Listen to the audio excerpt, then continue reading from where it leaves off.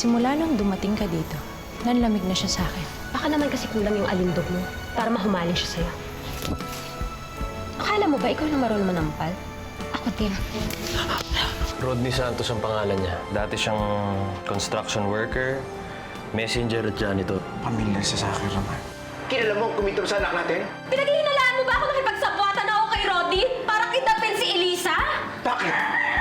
Masisisi mo ba ako yung pumasok sa isip ko? Bakit po pala kayo pumunta dito? Sinusundo na kita. Uwi na tayo sa bahay. Magpapaalam po muna ko kay inay. Hindi na. Mag-ingat po kayo, Mang Victor, Elisa. Lisa, balik ka agad dito. Elisa. Ingat po kayo, Mang Victor. Sige, ingat kayo mag-ama. Sige, Seth. Hintay ko na lang kayo dito ni Mama sa bahay.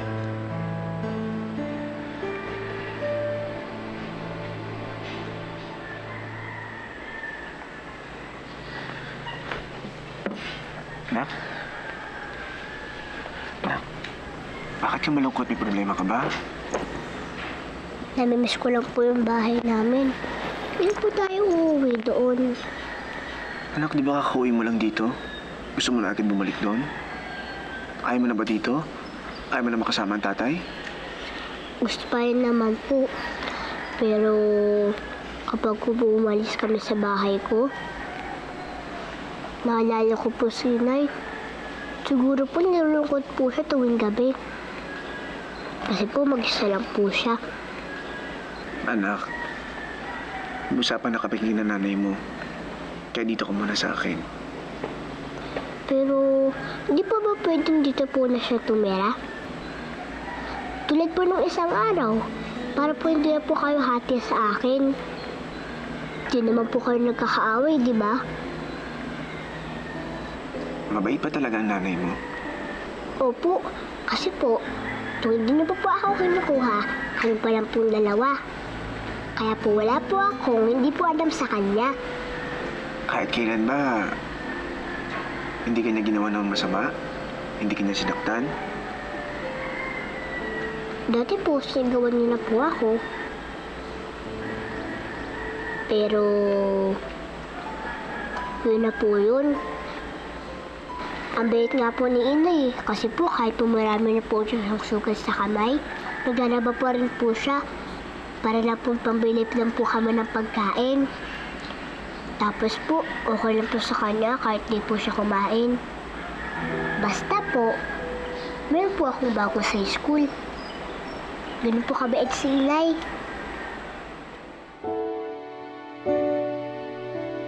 Pati ba naman ikaw pinagdududa ka kumita doon kay Elisa?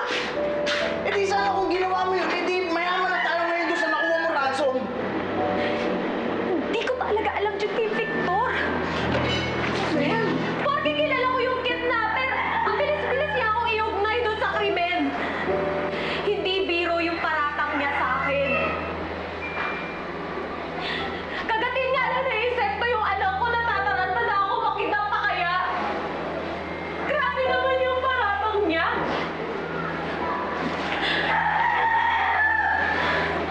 Amo na, amo na. Sige na, tama na. Sige na, matatauhan din yun. Sige na.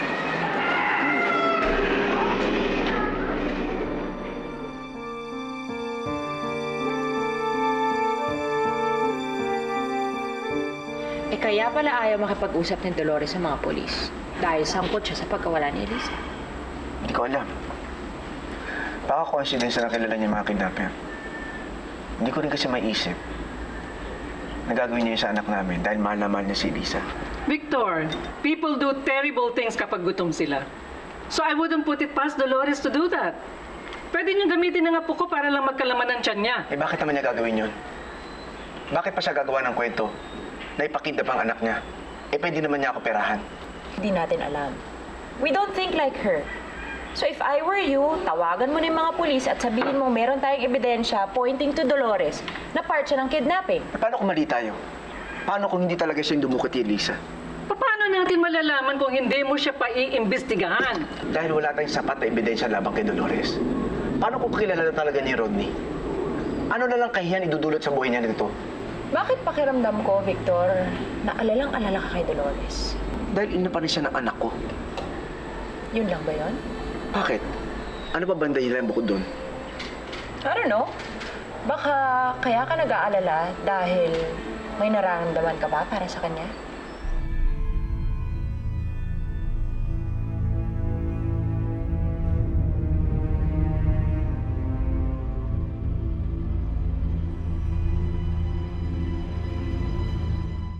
Ano, tama ba ako, Victor? Kaya ka nagmamalasakit kay Dolores dahil may nararamdaman ka pa rin? Ano, bakit hindi ka makasagot? Dahil napaka-imposible mo. Alam mo, hindi ko maisip na sasabihin mo sa akin yan. Before you came along, alam mo wala na ako nararamdaman kay Dolores. Higit sa pagmamalasakit sa kanya, nag-aalala ako sa anak namin. Dahil naisip mo ba kung gaano masasaktan si Elisa kapag nalaman niya na ang nanay niya isa sa mga kidnapper? Tama na yan, Victor. Hindi kayo dapat nag-aaway ng dahil lang kay Dolores. Nasaan yung babae na kilala ko noon? Sana sa susunod, iisipin mo mga sasabihin mo. Hindi ka naman ganyan noon, ha? Napakataklesa mo. Punong-puno ka ng insecurity sa buhay mo. Victor, don't say that!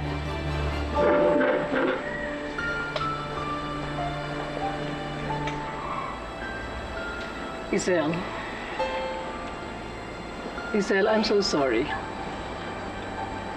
Ako nang humihingi ng paumanhin sa'yo sa sinabi ni Victor. Stress lang yon, kaya nabitiwan niya yung mga salitang ganyan. It's okay, tita. I understand.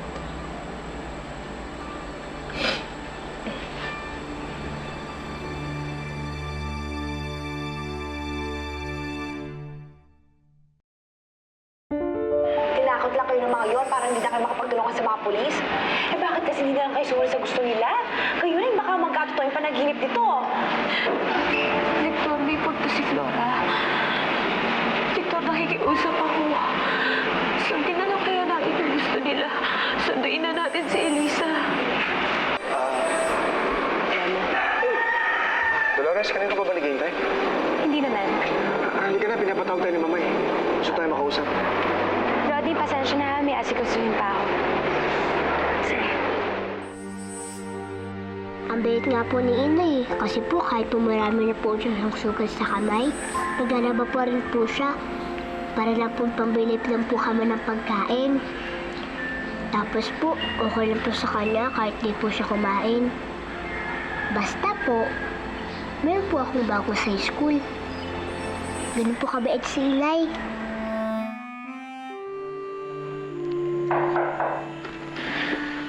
Come in.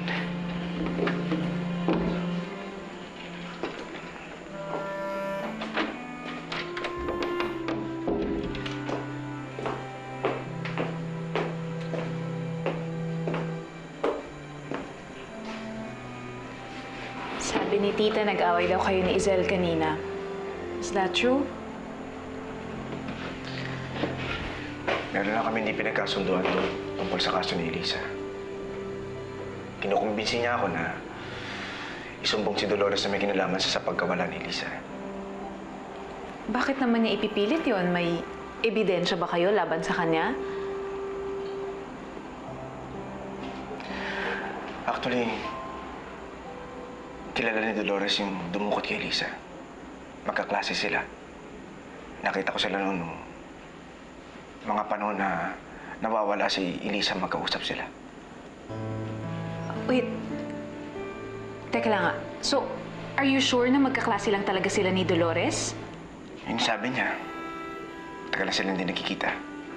Pero nag-usap sila. Kamustahan lang sila. And do you believe her?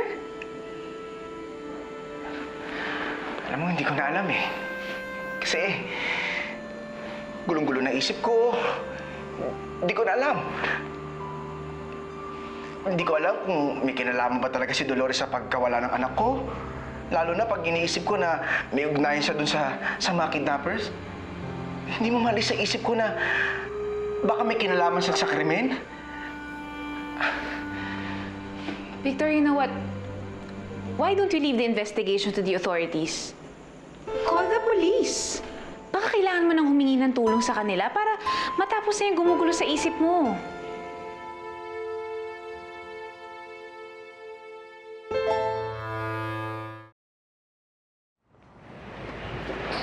Sabi nung kausap ko dito, Mabilis na naman daw yung one-on-one interview. Hindi tayo buti na isang araw. Why do we even have to go through this, Victor? Bakit pinagdududahan ba tayo na tayong mastermind sa kidnapping ni Elisa? That's ridiculous. Kasi tayong tumubos sa kanya. Eh baka naman po nagpapabibo lang yung mga tao dito. Parang may masabi na may ginagawa sila sa kaso. SOP nilang interview ng pamilya na nakidnap. Kaya nila ginagawa to. Well, then magsasayang lang sila ng oras, Victor, dahil wala silang mapapala sa atin.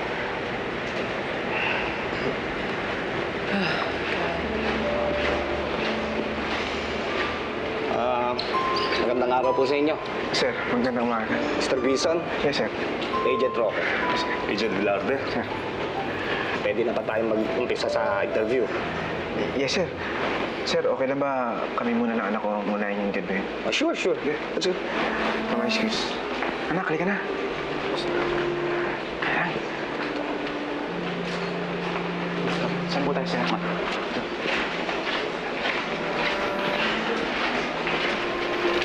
Elisa, may narinig ka bang ibang boses sa hideout? Bukod dun sa dalawang dumakip sa'yo sa simbahan ng isang gabi. Wala na po. Kasi lagi na lang po dalawang magkaibang boses na rinig ko noon. Pero sabi mo noon, naging mabait sa'yo si Rodney.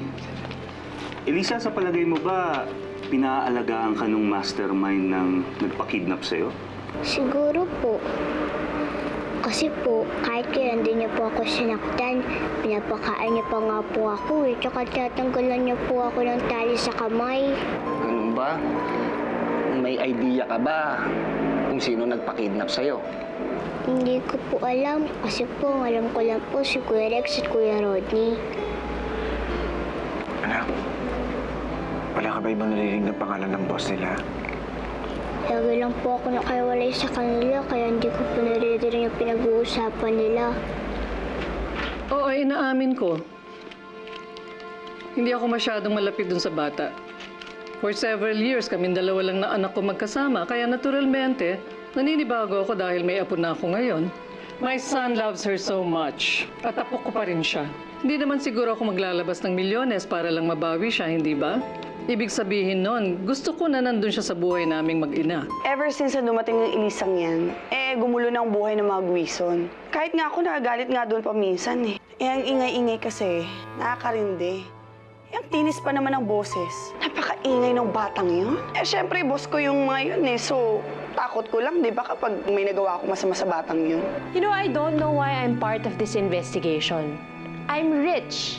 I earn hundreds of thousands every day. Hindi ko po kailangan mangidnap ng bata, lalo na ng anak ng boyfriend ko para lang magkapera. And instead of investigating our side, bakit hindi niyo tingnan yung pamilya ni Dolores? Bakit hindi sila ang pigain niyo? Kilala ni Dolores ang isa sa mga kidnappers. Baka mas marami siyang masagot sa mga tanong mo. I thought this interview would only take a few minutes. Ano po bang pinag-uusapan ni Victor at ng mga investigador na yan? Ay, naku, tita, hindi ko alam. Alam mo talaga dapat hindi tayo nandito. Ang dapat nandito si Dolores. In fact, dapat nga hinuhuli na yung babae yun right this very minute. Bah, kilala niya isa sa mga kidnappers. And apparently, nakipagkita siya dun sa Rodney while Elisa was gone. O, ano pa ba kailangan nilang malaman? I think they need more concrete evidence para idiin talaga si Dolores. Aren't those enough? O baka naman naghihintay lang ng padulas to mga to para bilis-bilisan nila yung kilos nila. Salamat at pinayagan nyo kaming interviewin kayo. Malaking nakuha namin sa inyo na makakatulong sa investigasyon namin. Salamat, sir. Pwede na kaming umalis? Pwede na po kayo Oh, thank God. Alam niyo, kanina ko pa gustong layasan ng lugar na ito. Let's go, girls. Sir, excuse me, ha. Nakalika na. Sir, pasensya na ka sa mother ko, ha. She's a very private person, eh. So, hindi sanay sa mga ganitong interview. Naiintindihan namin. Marami talagang tumatanggi sa ganito klaseng proseso kasi nga na-invade yung privacy nila. Yung iba nga, nininervyos tapos natatakot na matanong.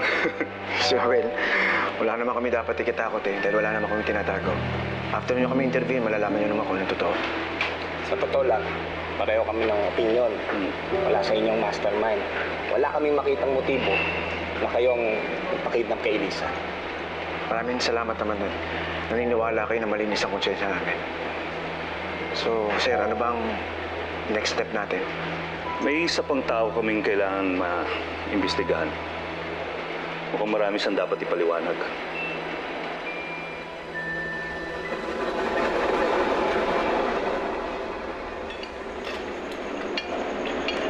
Miss ko kay Sam Dolores eh. Ang sarap niya magluto. Nakakarami na naman ako nito ng kanin. Sayang, no? Wala si Elisa. Malamang, isa pa yun sa makikipag-agawa ng pagkain natin. Ikaw, Dolores, ba't ginagalaw yung pagkain mo? Ano, diet ka? Naalala ko lang kasi si Elisa. Na ito yung pwesto niya kapag kumakain tayo. Nakakalungkot wala siya. Dolores, isipin mo na lang, sa mga oras na to, sarap na yung kinakain ni Elisa. Tsaka, hindi niya na kailangan maghugas ng pinggan kasi marami na silang katulong. Oo nga, hindi tumapagakpak yung pawis niya. Tinan mo lang si Tom-Tom, oh. Halos iulam na yung pawis niya doon sa kinakain niya. Kakaloka, magpunas ka ng maayos. Kaya Dolores, ito na malungkot. Maganda na ang kalagayan ni Elisa doon. Kaya sabayan mo na kami kumain. Sige na, kumain ka na. Oo, sa'yo na ito isang laman. Kumain ka na. Hoy, tubig ka? Magandang araw po. Walang galang na ho. Nandito po ba si Dolores Makabuhay? Ako po yun. Bakit po? Nag-NBI po kami. Ako po si Inspector Vilarte at siya naman si Inspector Roque. Nais lang namin kayong imbitahan sa opisina para ma-interview tungkol sa kaso ng anak ninyo. Anong interview? Bakit? Bakit niya imbestigahan? Suspect ba? Routine po ito, sir. Parte lang na investigasyon. Huwag po kayong magalit. Ano ba? Hindi ako magagalit. Eh, isa lang nga nakita pa ng anak. Tapos siya ba yung pinagbibintangan niyo? Kuya, huminahon. Hoy, umalis na kayo ha? Umalis na kayo! Hindi sasama sa inyo kapatid ko dahil wala kayong papaliwanag sa inyo! Hindi kidnapan ang kapatid ko! Kaya huwag niyong pagdidiskitaan ha? Kuya. Mas mabuti pa sa opisina na lang natin ito pag-usapan. Sir, baka pwedeng sabihin niyo sa akin kung bakit pati ako kasama ako sa imbestigahan ninyo. Ma'am, sir, may mga napag-alaman kami na nauugnay ang kapatid niyo na kidnapper ng bata. Ano yun? Automatic magkakilala na kidnapan ng kapatid ko? Nag-aaral ba kayo ha? Mamay utak ba kayo? Tama na! Sasama ako! Malinis ang konsensya ko kaya hindi ako natatakot sa inyo. Kung yan lang ang paraan para malinis ang pangalan ko, sige! Imbestigahan niyo ako kahit paulit-ulit pa. Sasama ako ha, Dolores. Sasama ako, Hindi na kuya. Ako na. Kaya ko na to. Yung tingin-tingin mo ha? Dali-dali naman nilang ituro si Aling Dolores siya ang kidnapper ni Elisa. Dahil mahirap siya. Ganun talagang tingin nila sa ating mahirap, masasama. Wala naman silang mapapatunayan sa binibintang nila eh. Lahat tayo witness sa pagmamahal ni Chang Dolores kay Elisa. Tsaka hindi niya magagawang ipakidnap ang pinsan namin.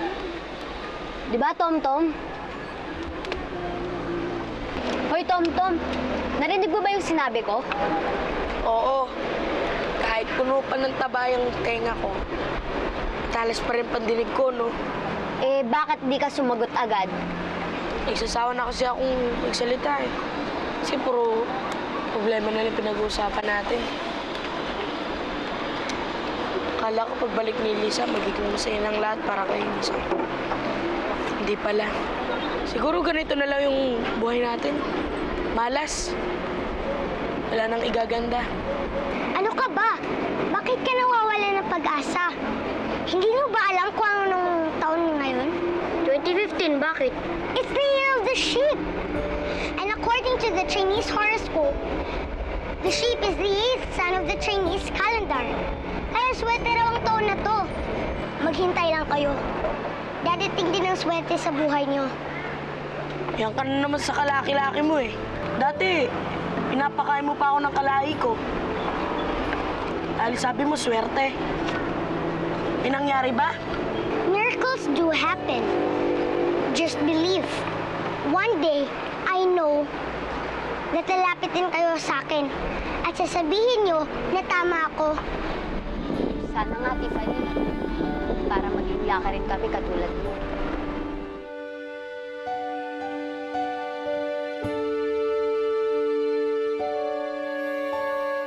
Ano ba talaga ang relasyon mo kay Rodney Santos? Magkaklase kami ng high school, yun lang yan. May nagsabi sa amin na nakita raw kayong magkausap ni Rodney. Siguro dumaan siya sa bahay ko para magmanman, para alamin kung ano ba yung ginagawa ko para maligtas si Elisa o kung nakikipagsabuatan ba ako sa mga pulis. Hindi ko alam. Basta nagpakita na lang siya sa akin pagkalipas ng ilang taon. Mga sir, sinagot ko na po lahat ng tanong niyo. Alam kong madali po akong ituro na suspect dahil mahirap lang ako. Pero hindi ko naman po naisip na ipahamak ang anak ko para lang magkapera. Nagtatrabaho po ako para sa anak ko. Mahirap lang po ako pero hindi ako kriminal. Kaya po, Tay, may lubad na rin po kayo. Ang ganda naman, anak. Ang galing mo pala gumawa nito. Nagawa ko po si Inay ulit kasi po binigay ko po sa kanya, luma na. Anak, lagi mo ba siya naiisip? Opo, kasi po ganito rin po siya sa akin. Sabi niya nga daw po, kahit nasan daw po siya, naalala niya daw po ako. Nalulungkot daw po siya pag hindi daw po ako nakikita. Buti na nga lang po, natanggap niya po, nandito po ako nakatira. Bakit daw, anak? Kasi daw po, mas magiging maayos daw po yung buhay ko dito. At saka daw po, mas healthy daw po yung pagkain niyo dito. Kasi daw po, makakatulog na po ako ng tanghali. Tsaka, di na po ako magtatrabaho. Di ba na daw po malungkot siya? Basta daw po, maayos daw po ang buhay ko.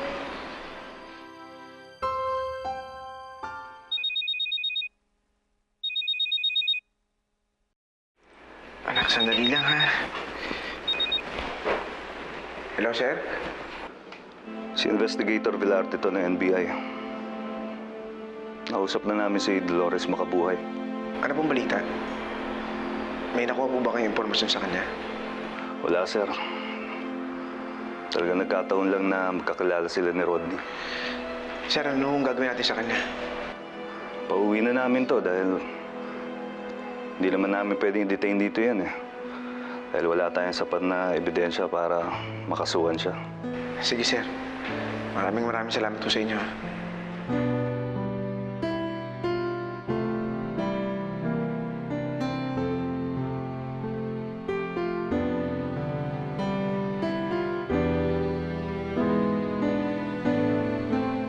Yes, tita. Okay, I'll just wait for you here. Sige, take care. Hi, Elisa. Tita Hazel! How are you, sweetheart? Mwah. Uy, ano yan? Ito po, gumagawa po ako ng lumbats. Ginawan ko nga po kayo. Ay, wow. Cute naman ito. Kasing cute mo. Ginawan ko nga din po si Itay eh. Ah, talaga? Pareho kami ng tatay JR mo? Sa kanya po, blue. Sa inyo po, red. Sweet mo naman. Eh, nasaan ang tatay? Magkikita daw po sila ni Inay. Ah, talaga? Bakit daw? Hindi ko na po tinanong eh. Mami Zel, Oh, excuse me po, paliligawan ko lang po si Elisa. Pinagbilin po kasi ni Sir kanina eh. sige. Elisa, maligo ka na ha. Tapos balikan mo ako. Opo. Sige po, ma'am. Sige.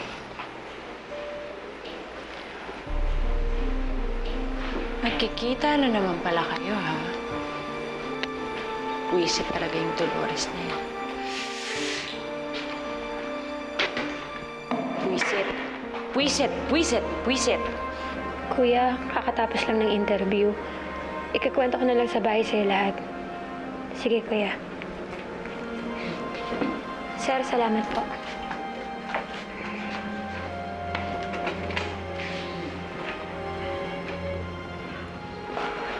Sir,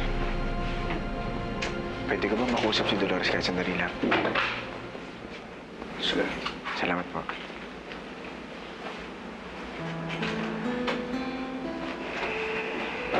Dolores, uuwi ka na ba? Hatid na kita. Hindi, wag na. Marami naman ako masasakyan.